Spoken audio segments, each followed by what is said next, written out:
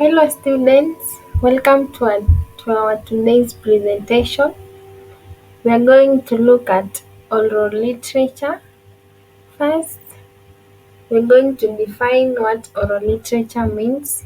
Oral literature is a spoken, acted or performed art whose media is by word of mouth and dispersed from one generation to another. Then we are going to look at features of oral literature. First, it's usually performed in special venues like theaters. In oral literature, the actor or the performer and the audience meet in a public, face to face. Thirdly, oral literature is transmitted through word of mouth. It is based on the actual performance. Oral literature is born, it grows, lives, and dies. Lastly, oral literature is environmental as it works under certain circumstances or conditions. Okay, let's look at the functions of oral literature. 1. Oral literature is used for entertainment purposes, especially from aspects of literature such as wedding songs, as people find enjoyment. Secondly, oral literature is used to educate learners and the society on the importance of their moral values, good behavior, and their traditions. Next, it's used to warn the society against ill behaviors. Next, oral literature is used to advise both the young and the old generations. Next, oral literature is used to caution those that do not appreciate the existence of their lives in the society. The next function of oral literature is that it's used to preserve the tradition and the history of different communities. Next, oral literature teaches about culture and the way of life of people, such as the rite of passage, dressing code, etc. Lastly, oral literature helps to develop language skills, pronunciation skills, and creativity. Let's look at the classification of oral literature. Oral literature exists in various forms or categories, and these categories are referred to as genres. 1. Oral narratives, songs or oral poetry, proverbs and wise sayings, riddles, tongue twisters, or verbal plays. We'll start at oral narratives. Oral narratives is a form of oral literature about people, events, or places, whether actual or fictional, and it's passed from one generation to another by word of mouth. Classification of oral narratives. 1 is myth. A myth is a type of story that tries to explain the origin of a particular phenomena. It usually involves a powerful supernatural being.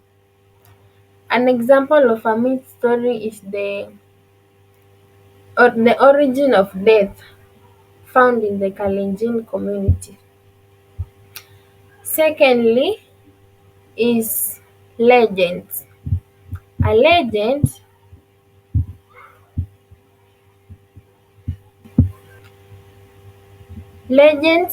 is a story from the past about a supernatural being that had supernatural powers.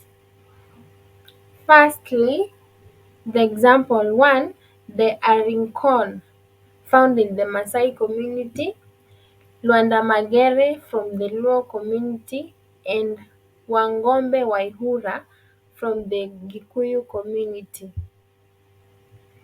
Then we are going to look at the explanatory or archaeological narrative. These are narratives that explain the origin of a physical and cultural trade. Examples how the zebra acquired its stripes, why the hen scratched the ground, why is the ostrich neck long.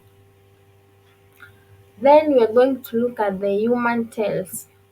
A human tale is a type of narrative whose main characters are human. The fourth narrative is the trickster narrative. A trickster narrative usually features characters, both animal or human, that practices deceit on others. The smaller character always outsmarts the bigger or the larger character. Examples of such stories: the monkey and the crocodile, the hare and the hyena.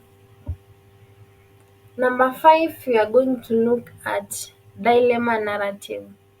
A dilemma narrative is a story presented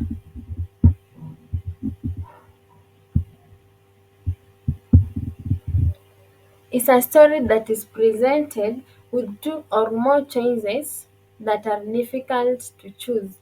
It often leaves the audience in suspense.